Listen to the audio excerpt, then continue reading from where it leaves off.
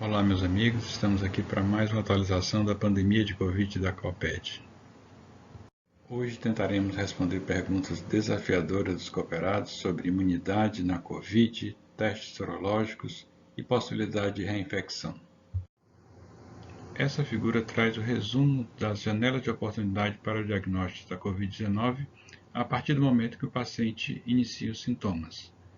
A princípio, então, são usados os testes moleculares, principalmente na primeira semana, e, após a segunda semana, o destaque para os testes sorológicos. O teste molecular utilizado é o RT-PCR, que detecta o RNA do SARS-CoV-2 no swab da nasofaringe.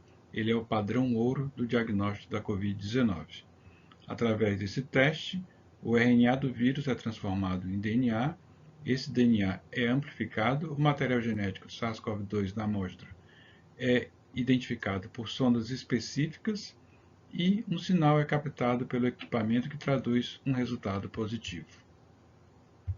Já os testes sorológicos se baseiam na identificação da resposta imunológica em relação ao vírus. Detectam anticorpos da classe IgA, IgM e IgG no sangue em pessoas que foram expostas ao SARS-CoV-2. A sensibilidade aumenta quando realizado pelo menos 10 dias após o início dos sintomas. Antes disso, dá muito falso negativo. Lembrar que nem todas as pessoas que têm infecção pelo SARS-CoV-2 vão desenvolver anticorpos detectáveis pelas metodologias disponíveis atualmente, principalmente se esses pacientes são assintomáticos ou têm sintomas muito leves. A primeira pergunta dos cooperados é: qual a diferença dos exames sorológicos para a Covid-19? Teste rápido, sorologia IgM, IgG e IgA. Aqui nessa figura nós podemos observar um teste rápido que é o adotado pelo sistema público.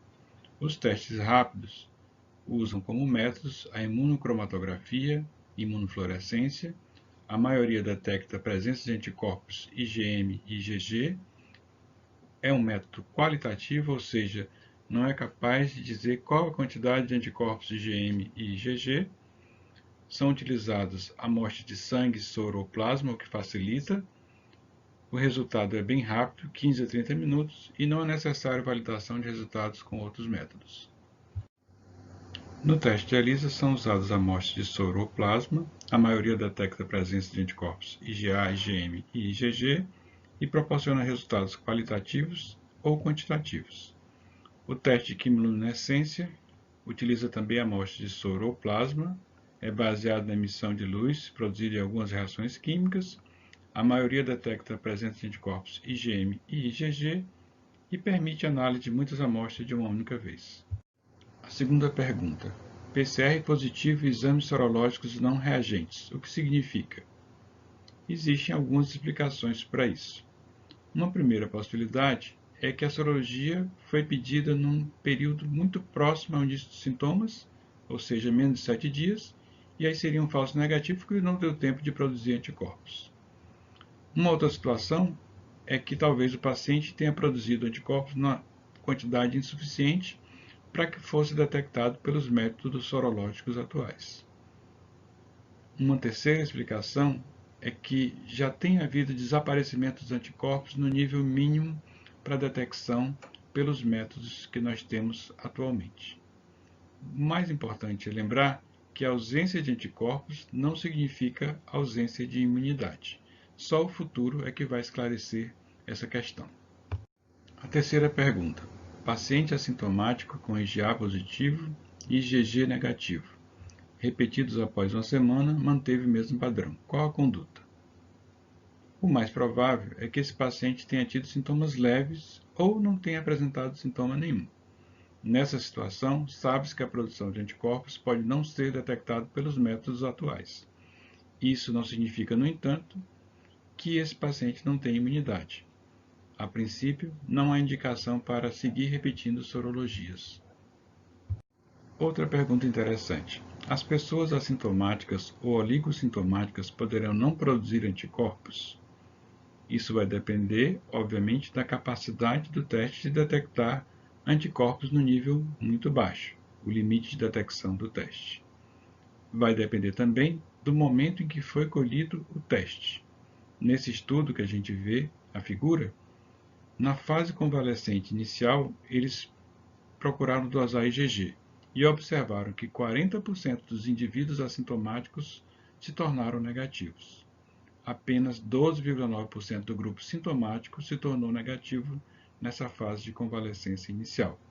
Esses dados sugerem que indivíduos assintomáticos tiveram uma resposta imune mais fraca à infecção pelo SARS-CoV-2. Se a pessoa já sofreu infecções anteriores por outros coronavírus, pode ter imunidade contra a Covid-19? A ciência parece indicar que sim. Pessoas infectadas desenvolvem células T direcionadas ao vírus, que podem ajudá-las a se recuperar. Algumas pessoas nunca infectadas pelo SARS-CoV-2 têm essas defesas celulares provavelmente porque estavam infectadas anteriormente por outros coronavírus. Isso pode explicar, em parte, o grande número de pessoas com sintomas leves ou pessoas assintomáticas. Por fim, pedem para comentar sobre um assunto bastante polêmico, a reinfecção pelo SARS-CoV-2. Primeiro é preciso esclarecer que até o momento não foi confirmada a reinfecção humana com SARS-CoV-2. E a gente precisa esclarecer os conceitos. Reinfecção é considerado a documentação baseada em cultura de uma nova infecção após a eliminação da infecção anterior, com evidência de reinfecção com uma forma molecularmente distinta do mesmo vírus. Já a recidiva seria a documentação através de cultura viral da infecção após a eliminação da infecção anterior com uma forma molecularmente semelhante do mesmo vírus. Ao contrário da reinfecção, a reversão positiva do teste virológico para SARS-CoV-2 está bem documentada. Alguns casos, após a alta ou após a obtenção de resultados negativos do teste molecular, voltam a apresentar detecção do genoma viral nas secreções.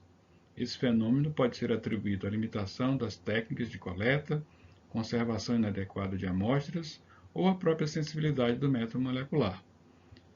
Não parece haver risco aumentado de transmissão quando isso ocorre, denotando uma infectividade baixa ou ausência de infectividade nesses indivíduos. Por outro lado, há relatos raros de indivíduos que voltam a apresentar manifestações clínicas da doença, associadas à detecção viral no teste molecular. Essa é uma situação que ainda não está bem esclarecida pela ciência. Nesses casos, se indica a retestagem para SARS-CoV-2. Portanto, é recomendado um período de observação mais longo para os pacientes com Covid-19, porque essa é uma doença nova e nós estamos aprendendo bastante. Espero que tenha ajudado mais a esclarecer do que a trazer mais dúvidas. Essa é uma doença realmente muito misteriosa. Uma boa semana para todos vocês.